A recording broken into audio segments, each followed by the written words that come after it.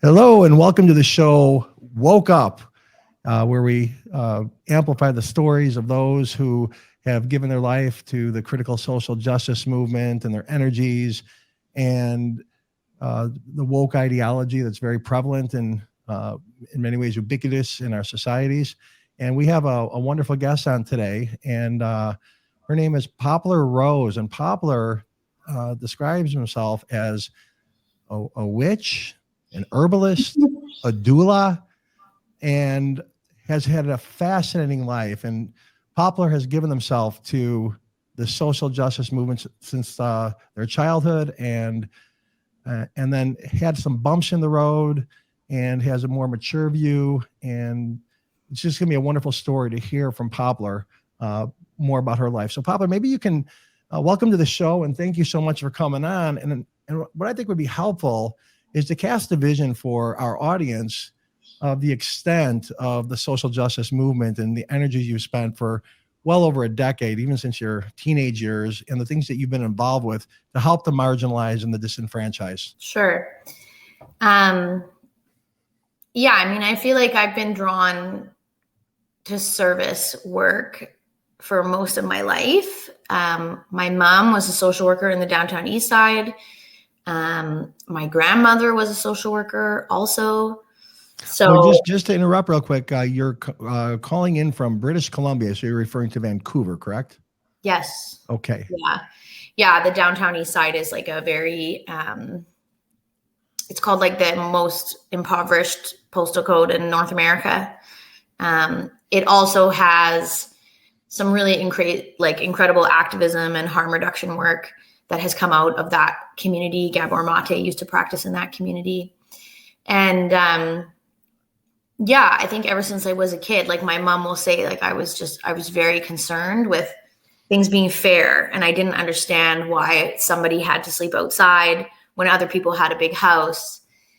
And then, as I got older, I did lots of different kinds of like volunteer work and different things. But when I was about 17, I went to Cambodia to live with my great aunt, who is also very involved with service work. She's a missionary. She runs AIDS hospice, and it's for families and babies who have experienced HIV. She's been in Cambodia since before Pol Pot, and she speaks Khmer. And so there's a lot of women in my family that are involved in that sort of often Christian service work, which I'm not Christian, but I think it's that sort of ethic that I grew up in. And then having a mom who was a social worker, and my dad was involved in Greenpeace as a young person, so I was raised by very like left-wing liberal parents. And I became very involved in the environmental movement as a young person. I was a volunteer coordinator for Greenpeace. I taught people how to do direct action. I shut down a mine in Alberta at the Shell Albion Sands. And I actually just read a book. There's a book in, we have something called CBC Reads, which is like, CBC is the Canadian version of BBC. And there's a book in CBC Reads, which is this competition that happens every year for one of the best books in Canada. And there's a graphic novel called Ducks, which I just read, and it actually talks about this. There's a picture of the direct action that I did in 2008 in this book.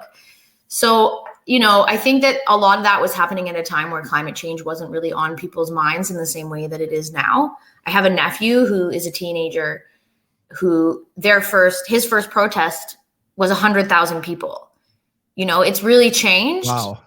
Yeah. At this time when I was doing social justice but I was really not involved as much with the social justice piece. I did environmentalism for many, many years. And then that shifted more towards social justice work when I went back to university, and I was in UBC in a program called the Institute for Gender, Race, Sexuality, and Social Justice. And then I did a minor in First Nation Studies. So it's always kind of been the worldview that I've been learning.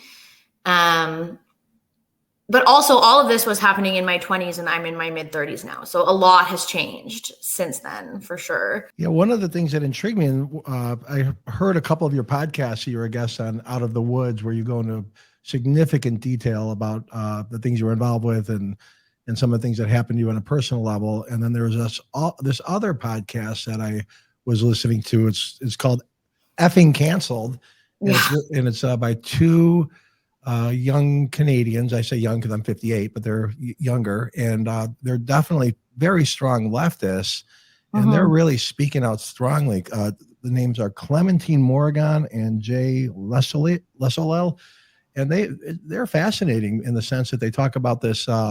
The issue, as they describe it in the social justice movement, is what they describe as the nexus, where it's the synthesis of identitarianism, social media, and cancel culture come together and form this toxicity that's negatively impacting the great work that many people are doing. And so they're speaking out against primarily against cancel culture because they themselves have been canceled. You yourself suffered tremendous personal harm through cancellation. And so I would recommend that podcast because there's wonderful guests, and I think they're very progressive in their views, and they also are looking for ways for the left to become more cohesive, as well as not causing so much harm to the individuals and discouragement. And so one of the things where I originally found you is I was, looking for potential guests. You had written a piece, and you are an excellent writer, by the way. I just like the way you write. And it was entitled "Excommunicate Me from the Cult of Toxic Social Justice." And I like the fact that you said you referred to it as a cult for one, but then you specifically put the word toxic in there, and not just social justice, but toxic. And so I think you're defining, look, there's a toxicity here that needs to be dealt with. And you were inspired, as you allude to in the article, by a queer Chinese American named Frances Lee, who's an interfaith chaplain at Harvard Divinity School, and they had written a similar piece, "Excommunicate Me from the Church of Social Justice."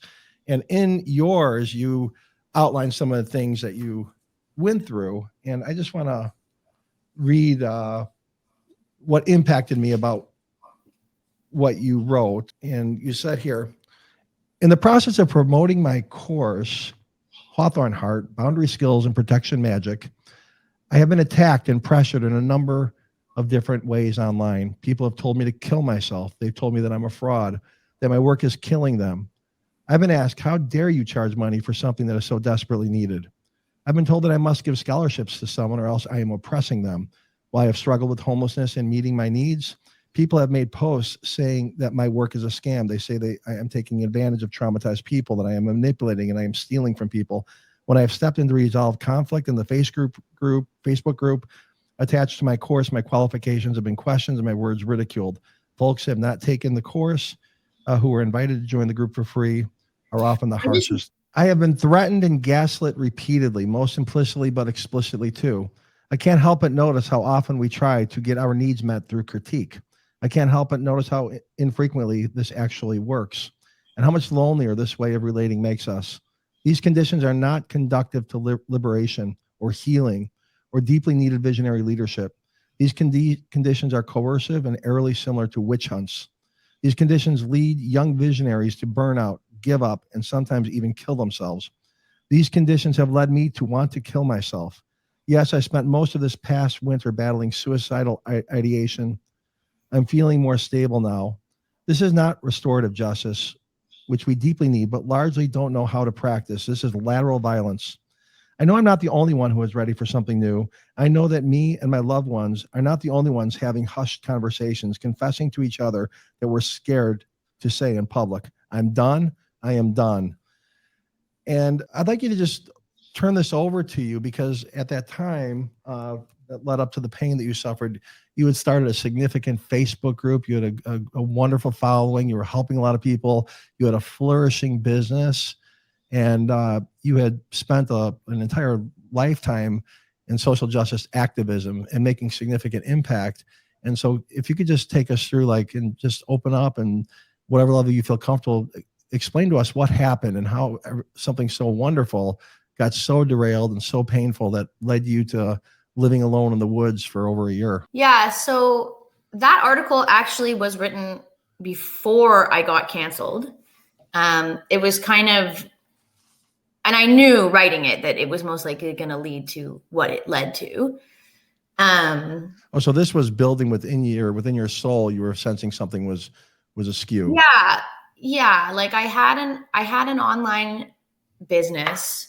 I've always done kind of different types of entrepreneurial work related to mostly herbalism and different types of magic, because like you said earlier, it's like, identify as a witch, spiritually, politically.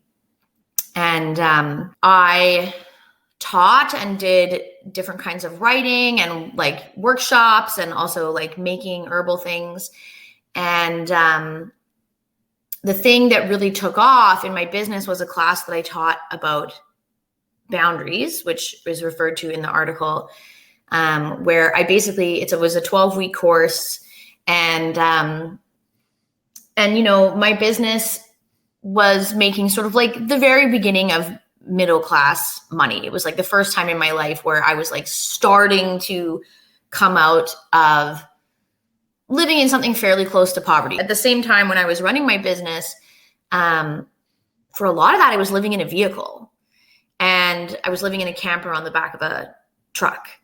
And, I got canceled twice, two times, 2 weeks apart.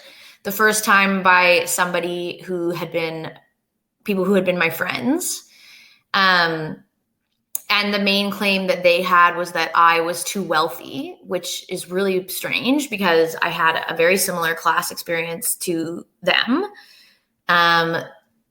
But people ultimately, I think, were just very jealous of my success. And I think the same thing is definitely true of Clementine, who you've referred to. Like Clementine and Jay and Molly are all friends of mine. And I think that they've all done some really incredible work to speak out on this and kind of like change the tides. But when I wrote this in 2018, it was a much less popular thing to be saying at that time. At this time now, you can kind of change ships, you can kind of change your tune, and there's a whole world of people and community and power that's been built to make that be safer for you. And a lot of that is because of Clementine's leadership, I think. Yeah. And we're very, very lucky to have her doing that. We got canceled at a similar time, and she really had the bravery and the tenacity to fight back, and she's built a following, partially because she's very, very talented and works really, really hard, and also partially because she's chosen to take this stance that is very, very brave. And I didn't do that. I just couldn't hack it. Like I just went and hid in the woods. Can you explain, like, what is it, because I think maybe a lot of people in our audience may not understand fully what you're saying about being canceled. Okay, they might have a concept, but what did that look like for you? You had your business going and you were a leader, you're an influencer, and then you say you got canceled twice. Like, what does that mean? Yeah. So, I mean, at that time, my following was maybe about 5,000 people, which, now I think we think of people with a successful online business as having, 10, 20, 30, 50, 100,000 people. But it looked different in 2018 because in 2018, more of your followers were being shown what you were doing. And, this was my livelihood. It employed me. It also employed a few other people. And so the first time I got canceled, somebody wrote actually it was an over 100-page document, and it was not just about me. And I think that person ended up coming off seeming not totally mentally stable. And it was hurtful because it was personal, but it didn't really do that much damage to my business or to my public persona. The second time that I got canceled, there was a lot of lead up to this. And I do talk about it more in Molly's podcast, so I won't totally hash it out now, but essentially I had a fairly active class and a fairly active Facebook group, and I wanted to leave the Facebook group because it had at one point been fairly self-directed and was very active and had lots of people who were engaging in my class. And then suddenly some people, and one person in particular, came in and made every single conversation about race in ways that I tried to accommodate, but also I saw the group just dwindle, like it just went from being very active, very supportive, people being really warm and helpful to each other, to someone asking a question and being told the fact that you're asking that question is racist, in a way that was like, it was challenging to deal with. And so I decided I didn't want to run the Facebook group anymore. And what I should have done is just shut down the group. But instead, I offered to have somebody else run it. And the person who had been making all of these comments decided that they wanted to be the new person running it. And for months, they were pressuring me to pay them to run it. And I didn't have, like I said, I was living in a vehicle, right? Like I did not have enough money to pay this person a salary. Like I was barely making enough money after all of my expenses to pay myself a salary. And also I'm not going to pay this person a salary when the way that they're functioning inside of the group is making the group die. Like the group is not functional anymore, right? So basically what happened is I left the group around the same time that article you were reading came out. And this person inside of the group sort of indirectly accused me of stealing their writing and reproducing it without their permission. And what had actually happened was that a section of the class that was about decolonization, and I live in a province where there are very few Black people and there is a very large Indigenous population, and all of the activism and learning I had done about decolonization was like local to where I lived. And this person was very, very angry that I hadn't included Black people in this chapter that I wrote. And I told her, that's not my experience. That's not something I feel comfortable speaking to. But if you would like to write something, you can. And in negotiating and navigating this person to be writing something for me, this person became very aggressive and very demanding. And we never really nailed down the exact terms of what they would be writing or for how much money. And then they made it appear as if I had stolen their writing and published it without their permission, which never happened. Like they never wrote this thing for me to steal it. Nor would I do that. Like that's just not the type of person that I am. And what happened as a result of that was the main way that I promoted my business was through writing on 2 larger blogs, both of which were very social justice oriented. And so, one of those blogs ended up writing an article that was like, it was about me, but it didn't talk about me directly. But it was obvious that the person who ran the website was getting a lot of heat from my writing being on there.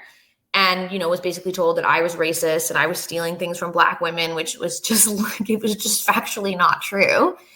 And then she shut down her blog shortly after this. And I think it was because she just couldn't handle the heat of the conflict.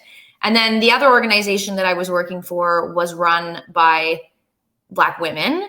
And and they wanted to do an investigation into what had happened. And at that time, I just really felt like I couldn't trust that process. I was like, I'm just not willing to, like, what am I going to do? Like hand you all of my emails with this person? Like you're the court system and like be found guilty or not of being racist? Like it just really felt like the cards were sort of stacked against me and there was no recovering from this. And because I couldn't promote the class, like at the same time, I had moved onto a piece of raw land that had no housing or nothing on it. And we had bought a trailer to live on that piece of land, but then we couldn't get it moved up here. And so we ended up, building a cabin in the woods. And is that your husband at the time or boyfriend or? We lived on this piece of land and it was very, very challenging. And it was definitely the most material poverty that I have ever experienced in my life. And I feel that the experience of being publicly shamed and humiliated. And, at that time I used I used the pronoun they. My partner was also not cisgendered. And it was wild to see these hundreds of comments coming in, misgendering me, misgendering him, like just really attacking me from any angle that felt available to people. And since then, people have apologized to me for participating in this kind of mob. And on the one hand, I appreciate that, and I think that it's good. And on the other hand, it's also just kind of like, you know, the damage had been done, you know. So there's no going back.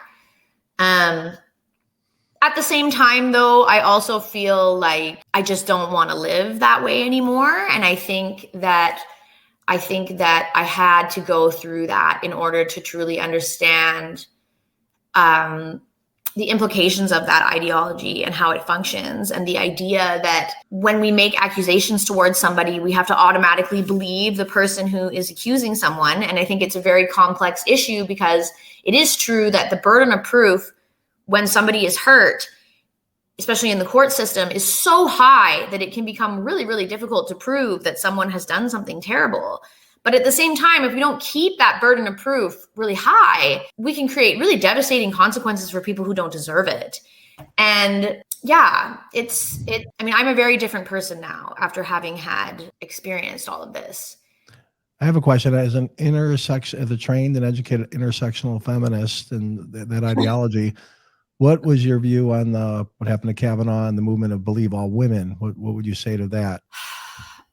Well, again, like I think it's really complicated, because I don't actually know the specific Kavanaugh reference that you're talking about, but there are lots of, I can imagine what it would be, and there are lots of examples of that in Canada, right? Where Me Too kind of came to the forefront, accusations were made, people lost their jobs. I think with Me Too, it's very, very different when you have somebody in the public eye who has a lot of power culturally, has a lot of money, and there are, you know, tons of people saying that this person has seriously hurt them. I think that is very, very different than like one person versus another person, where those people are, you know, sort of roughly equal in the scheme of power in the world. I don't think that there's really like a good answer for it, because, you know, like I said, if you go through the court system, the burden of proof is incredibly high, and the process is very traumatizing. But when we do the flip side of that, where we try to make consequences in community, you know, people have killed people because of accusations or because of things that they have done. They've taken justice into their own hands and felt that was what the right thing to do was. I just kind of reached a point in my life where I don't really know. I don't pretend to know like the answers to these things anymore. Yeah, that's really insightful of you. I really appreciate that. It is complicated and it's not easy. So can you tell us what it's like when, I don't know if that's the right word, but the mob comes after you, or you just get hit out of left field by, you said, what, 100 people were just saying stuff about you? It was like hundreds of people. And it was just like a big pile on. Like what causes that on a like what happened? I'm not familiar with that. I've never experienced, I've heard about it, but psychologically, what's going on within the ethos of the group, and why do people feel free to do that? And it must be horrible. Like, what's that like? I think that, I mean, yeah, I think, you know, my friends like Molly and Jay and Clementine, it's like, we've definitely talked about this stuff in a lot of detail, both in our public work and like personally, like amongst us.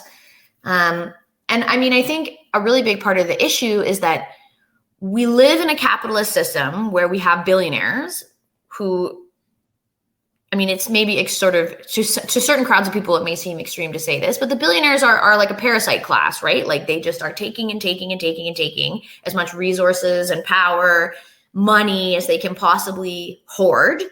And then you have everybody else, regular people who are just living, and we have a difficult time. Like even me as a person who has that middle-class safety net, you know, and as a person who will eventually have inherited wealth, which is like sort of regular middle-class inherited wealth of my parents' style, inherit some money, it would still be difficult for me to do things like enter the real estate market, right? Like, and because I can't enter the real estate market, that means that I've had habitually unstable housing. So when the average person has poor access to housing, poor mental health, poor social outcomes, because we're working all the time to pay for housing that we don't have any security in, you know, we really get the crabs in a bucket thing, right? Where it's like you put all the crabs in the bucket and Yeah. one crab tries to get out, all the other crabs yank it back down into the bucket. And So I think, jealousy and envy are part of what's going on as yeah, well. absolutely. Absolutely. Jealousy and envy are a part of what's going on. You know, it's people believing like you don't deserve your success. I think the other thing that also happened too with what I was doing was that, you know, now it's very common to be on the internet, to build a following, and then to launch a workshop, to have a newsletter, to have built this sort of online business life. In 2018, none of my peers were doing that. Like none of my peers were running an online business. And like, you know, I was taking classes and learning how to do this stuff. And so I was just taking sort of like really basic understandings of marketing and building an online business and taking these from, you know, people who are slightly more normie, as you might say, and having some success. And I think now it's become more normal, and you still will see people getting attacked for it. But it's not as kind of unusual to see that kind of success. I think that people, I think it's a normal human thing. Like even amongst my sort of social group, the people in my world which is almost everyone at this point of my friends who are online, like all of them have built bigger followings than me. Many of them have published books, have found great success at what they do. And I think for the most part, I'm generally able to be happy for them, to give them money to support what they do, to really love that they're out there doing it. But there are definitely moments where it's like, I feel not great about the fact that I don't know if that success will ever come for me. And also that like people literally will keep like notes or Excel sheets about different things that people have done wrong so that they can cancel them really well later. It's a terrifying way to live. And it chips away at your sense of identity, your sense of self-worth, but also in your sense of hope. And that's definitely happened to me. But yeah, it's a difficult thing to have experienced. And even now being friends with people who aren't in that world as much, like it's very, very hard to explain to anybody new coming into my life, like how this stuff has impacted me, because it's very, very hard to understand if you haven't experienced it yourself. So there was pressure by the group, and then everybody in the group felt pressure to cancel you and cut you out of their lives. So you lost your business, you lost your blog, your workshops, your friendships, your partners together for social justice. It was like you were left all alone. Is that a fair characterization of what happened? Yes. I would also say though that I mean it's hard. I'm debating like sort of how to express this out loud, but you know, I also gave up. Like I see people in my life who didn't do that. And I think that there's pros and cons to having had given up. I think the most sort of important piece about giving up is that I also don't feel like I really had much of a real shot at doing anything differently. You know, at the time I was living in the woods and I was really just focusing on very basic survival. Like it was very like chop wood, carry water, try not to get hypothermia. I lost a massive amount of weight because I was so cold all the time. I was suicidal for many, many, many months, quite seriously. And it was very difficult to be around me. And yeah, I think that now it's happened to such a degree that people have observed it. Either it's happened to them or it's happened to someone that they love, or it's happened in front of them so many times that they're starting to see the formula.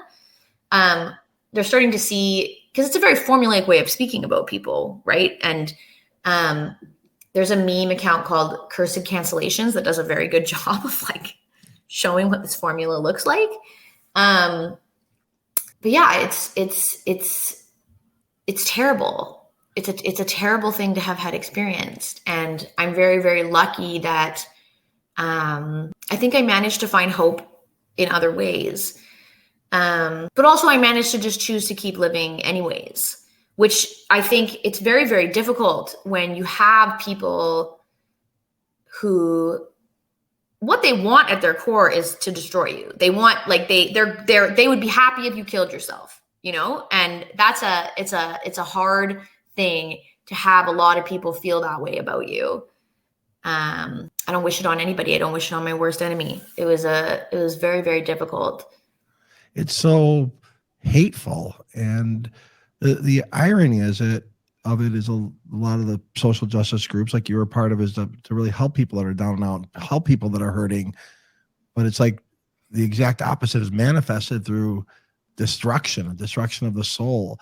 It just seems like there's a real high lack of empathy and like punishment and vengeance and vindictiveness. And there's something really ugly about that whole thing, Yeah. And I think what's complex about it is that we live in a world that is very dehumanizing.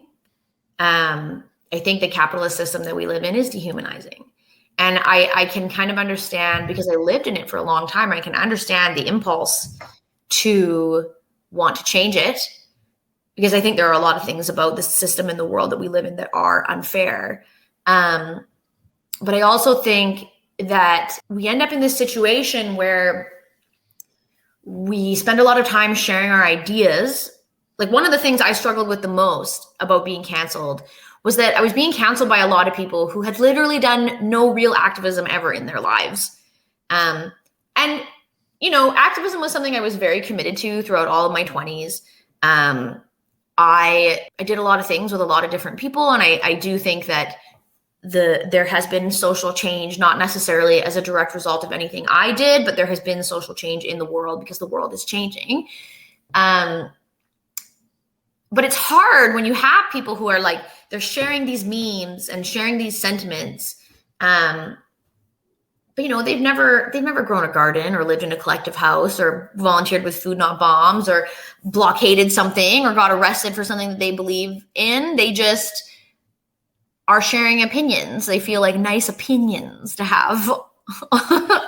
And you must have been really angry giving your life to this work and then having people that are neophytes or novices that never really did anything are like tearing you down. That's just the epitome of irony to me. Yeah. I mean, it's interesting because I grew up in an urban liberal environment, and I now live in a rural remote place around lots of people that are liberal or sort of like more socialist anarchist leaning. But I also am friends with a lot of people and have a lot of important people in my life who are more conservative, or they're rednecks, or they're whatever, something very different from what I consider myself to be. And it is interesting how sometimes these people who have wildly different opinions from me seem to see me more clearly than the people from my own side. Interesting.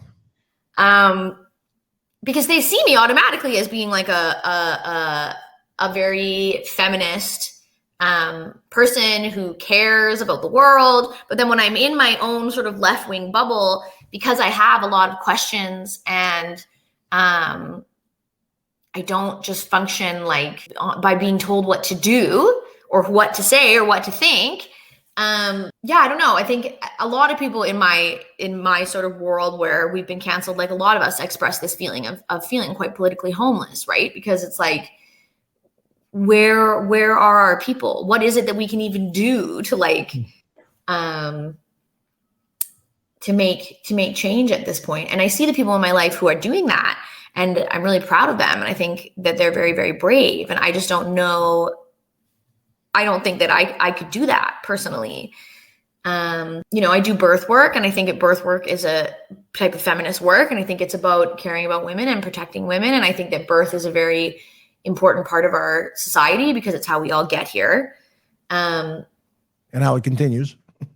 Yeah. And how humanity continues existing. And I also think that the institution of birth, where I live, we have a 37% C-section rate, which is probably about 3 to 4 times higher than what it should be.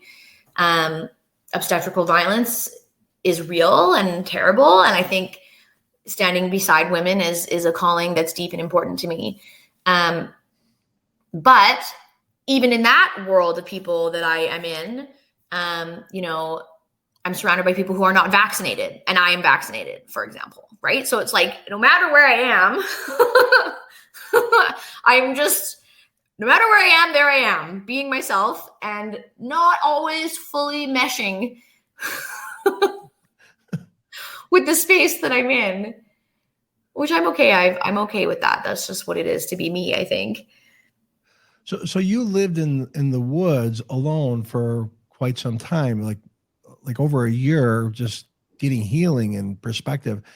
Uh, what was that like, and how did you build resilience through that process and get perspective? Like, what was your day to day like, Yeah. and the grieving and all that, and what did you do to come out and be brave and face the world again? Well, I will say that I wasn't alone. I was living in the woods with a partner at the time. And I also wasn't alone because I live in a community. I live in a rural, remote island. And it used to be a Finnish fishing community commune. We have the oldest co-op in British Columbia. So there's like very deep, like socialist roots in this community. And I think being here was very, very healing for me because when I landed here, I was very guarded and skittish and like very sort of broken and not trusting of people. And being in a real community has been very, very healing. It doesn't mean that I haven't had conflict with people. I definitely have. Which I think conflict is just like a human normal part of life, but it's also, being in real life community. So like, for example, when we have Halloween, we all do the same activity together, right? When it's Christmas, like I don't personally like Christmas, but I take my daughter to our holiday Christmas party because they give gifts to all the kids and they will call her up by her name and like acknowledge her to the whole community. Right. And I think it's really beautiful. The other thing that also happened is, I was living in the woods and my phone broke and my computer broke and I didn't have enough money to replace them. So I was fully unplugged from the internet. And I was trying different mental health medications and went on an SSRI that was absolutely terrible and eventually went off of it. A lot of the teaching that I do now, I teach about plants and mushrooms and mental health. And a lot of that is based on that experience that I had because I did have a very profound spiritual experience because I was out in the woods and I started microdosing psilocybin mushrooms. And I was spending more time in the forest than I was with people, but still having this community experience, which was really, really good. And, there was resident bald eagles, there were resident ravens, and I started to learn like how to mimic their calls and talk to them. We had to carry our water in, we had to do all of our own firewood. Like, I think on the one hand, it was very, very difficult and it was very much a dark night of the soul, but it was also like very beautiful and very moving. And I'm very grateful for that experience because I think it stripped me down to figuring out the essence of who I am as a person. And I'm still rebuilding. I think I'll always be rebuilding from that place. And I really had to ask myself because after I got canceled, I was like, am I a feminist? I don't really know. I don't really know what my political beliefs are. And what I ended up asking myself in the end was, what is my role in the village? Like, I live in a literal village, and what is my role in this village? And being able to figure out the answer to that question allowed me to take steps into becoming the person that I am now, which is in a lot of ways the same person, just without all the woke bullshit. But also it's more distilled. I have a more clear sense of myself than I ever did before because that sounds incredibly healthy. Yeah, I would say so. I'm sorry, you were saying there was a connection. I kind of cut you off. Well, all I was going to say is that it's more distilled because there's not as much noise. Not as much noise. Yes. Yeah. And the smaller community, sharing together, sharing lives together and dreams and broken dreams and being connected with people without an agenda, that's just loving people and sharing your lives together. That sounds beautiful, you know? Yeah. Yeah. I love this community, and it's really interesting because I'm at a point in my life now where I'm considering leaving because I'm a single parent and I need more childcare than what I can get in this community. And it's a very, very strange experience to think about choosing to leave this place. And I feel very grateful to have been here, you know, and it's not this sort of perfect idyllic thing where everything about it is easy or we all just love each other and get along super well, but we actually are in a real community. And in my experience being in a more social justice driven queer world, you know, we joke all the time that it's like you form your chosen family at the Thanksgiving potluck and you're not speaking to each other by Christmas, right? Like it's very that a framing of chosen family gets tossed around so much in this sort of social justice queer world, especially. But the deep bonds of actually having a real community is something that I never experienced until coming to this place. And I'm very, very grateful for everything that it's taught me.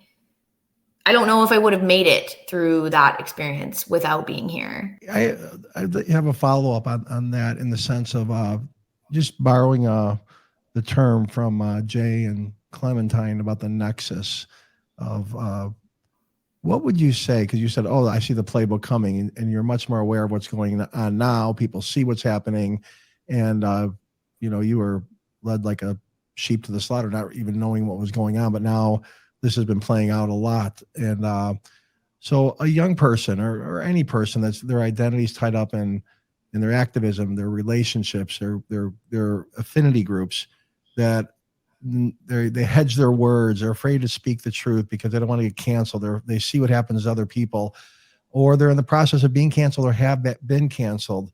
It sounds like you look back in your time and you saw other people that have been canceled. They chose a different path, and then you chose one to isolate yourself, and you see the benefits of both of those. What would you say to somebody now that you're out of it and you can look back with 2020 vision, those that are in it? What kind of a sisterly or motherly advice or friendship advice would you give to somebody whose identity, friendship, perhaps economics, their whole reason for being, their stability, their sense of purpose? What would you say to them, and how would you help them to not go through the pain and be healed and live a fruitful and victorious life, and not drift into what you went through, you know, with the pain that you had? Yeah. So, I mean, first of all, I would say that I don't necessarily relate to the idea of sort of not knowing what was going on and being led to the slaughter. I think I did know what was going on.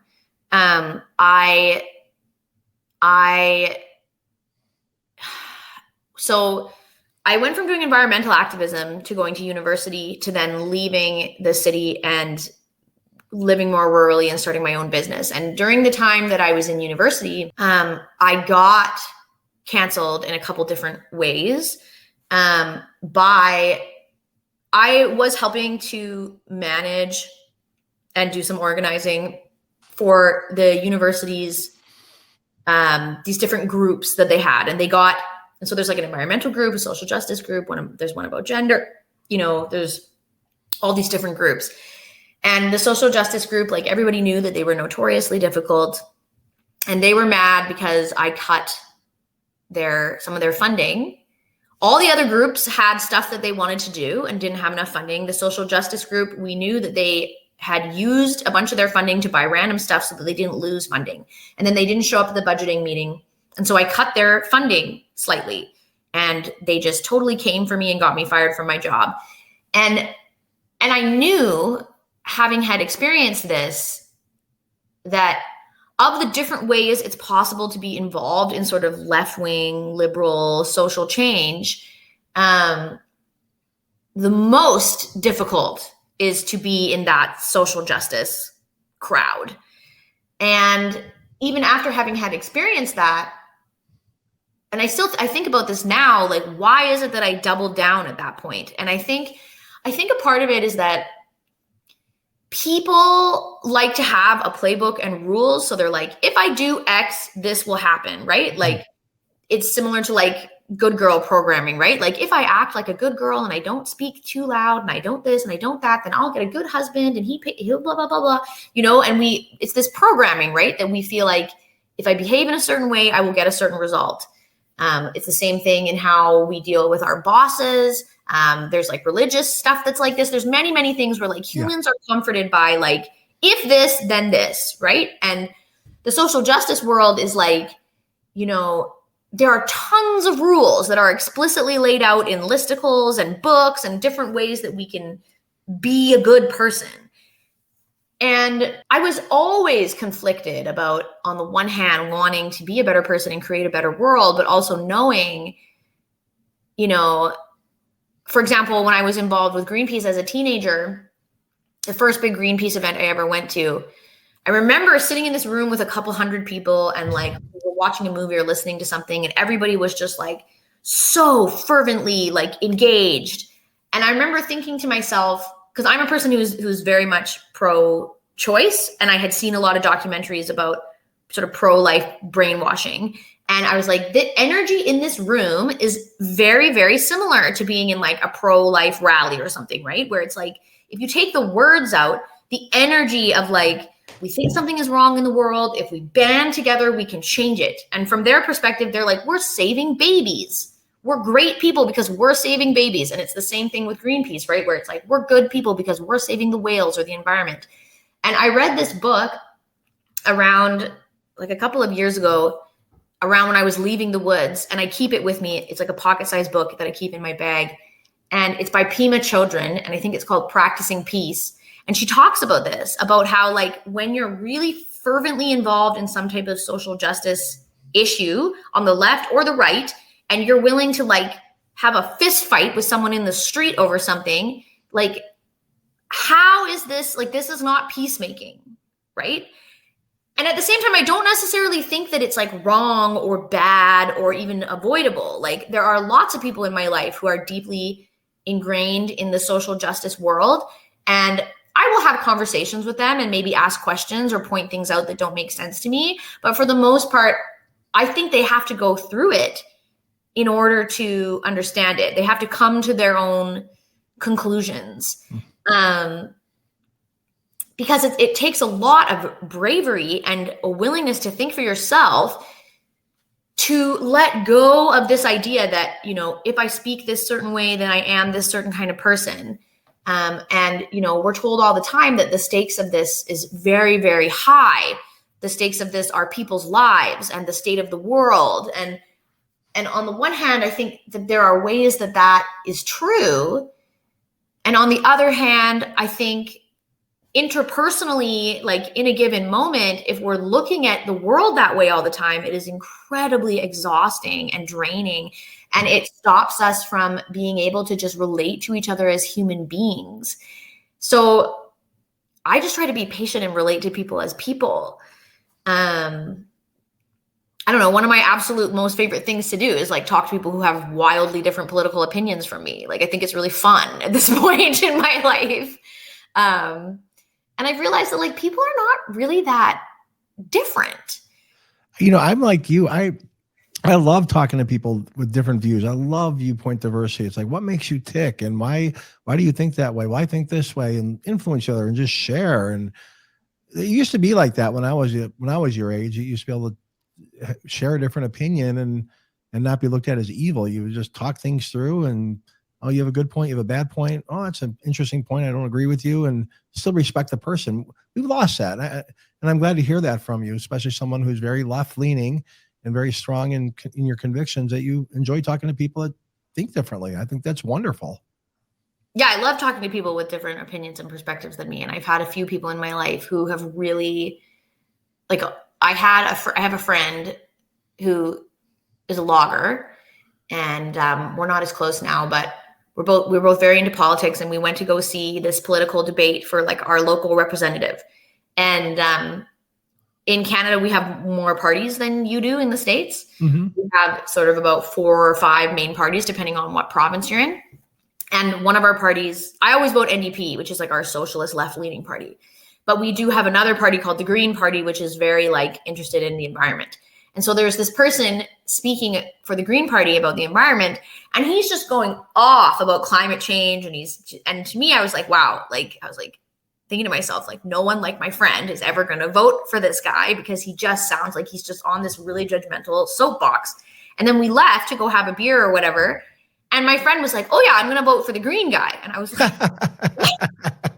Like, this doesn't make any sense. Like but this is the thing, is that I've met people in my life, like one of my roommates, who's one of my best friends, who he's actually moving out today. But he works building a pipeline, and I have conversations with him all the time about politics where he's checking me around certain social justice things. And he's like, well, have you thought about this? And have you thought about this? And it's like, you know, when I like have started to make a habit of trying to make friends with and build relationships with the people that I used to protest, right? And that has actually given me like a huge amount of hope in people, because I am coming to recognize that in general, I think people do care about the planet that we live on, and they do care about each other. And I think that we just have really different ideas about what creates stability and what creates safety. And also, it's interesting to talk to people who have different points of views and ask them questions and have them ask me questions, and to really like think through, is this opinion just like something I'm saying because it makes me feel better? Or does it actually like have some merit to it where it's worth fighting for? At this point, I'm not really super sure what is worth fighting for. I went for a walk with my mom recently, and she was trying to rile me up about something she saw on the news. And I just said, I just don't really have it in me to care about anything other than birth. Birth is like my one thing that I care about deeply, that I get really mad about sometimes. But I don't want to be angry all the time. It's not sustainable. It's not nice to be around me when I'm angry all the time. Well, Poplar, you are a beautiful soul, and I thank you so much for being vulnerable and coming on the show today. You're a fascinating person, and congratulations on your child. And is it a boy or girl? She's a girl. She's a girl. Congratulations, and best wishes to you, and may your birthing work prosper, and that you find the best home for you and your daughter. And I'd just like to give you the last word. If there's anything you want to say, you're going to provide an email to people can contact you and reach out to you. And but any word of exhortation, encouragement, and perspectives that you've gleaned over the last decade that might help people that are going through certain things, and just a word of encouragement and to be able to transmit the hope that you now have. Yeah, I mean, I would say that I think, and I struggle to do this like myself, but I think it's important to just let everything happen, right? It's like, I don't know, I feel like I'm a person where I've lived my life where I've had wildly different opinions or done things from the opposite side of the way I used to do it, in terms of like speaking and my behavior and even my activism. And I think, you know, it's just important to let yourself live and experience things, and to learn, and to be willing to change your mind. And also just to understand that, you know, conflict is inevitable, and it doesn't necessarily make you a bad person if you're dealing with conflict with people, and it doesn't make the other people involved in the conflict necessarily bad people. I think curiosity is important, and patience is important. And I think also, if we can find it, fun is important too. Well, wonderful. Well, thank you so much for coming on the show, and thank you for your time today. And we really appreciate you. Yeah. Thanks for having me. Okay. You take care.